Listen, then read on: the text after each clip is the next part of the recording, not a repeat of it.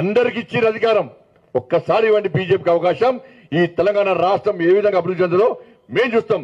కాంగ్రెస్ పార్టీకి అధికారం ఇచ్చారు, గతంలో అనేక పార్టీకి అధికారం ఇచ్చారు, బీఆర్ఎస్ పార్టీకి అధికారం ఇచ్చారు.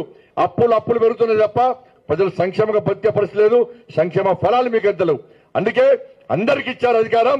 బీజేపీకి ఇవ్వండి ఒక్క అవకాశం. తెలంగాణ రాష్ట్ర అభివృద్ధి ఏందో నరేంద్ర మోడీ గారి నాయకత్వంలో భారతీయ జనతా పార్టీ ప్రభుత్వం మీకు చేసి చూపదని చెప్పి ఈ సందర్భంగా తెలంగాణ రాష్ట్ర సమాజానికి విజ్ఞప్తి చేస్తూ, కేంద్ర ప్రభుత్వం నిధులు లేకుంటే రాష్ట్ర ప్రభుత్వం నడిచే పరిస్థితి లేదు. కేంద్ర ప్రభుత్వ సంక్షేమ పథకాలు తప్ప తెలంగాణ రాష్ట్రంలో ఇతర సంక్షేమ పథకాలు అమలు చేసే పరిస్థితి లేదు.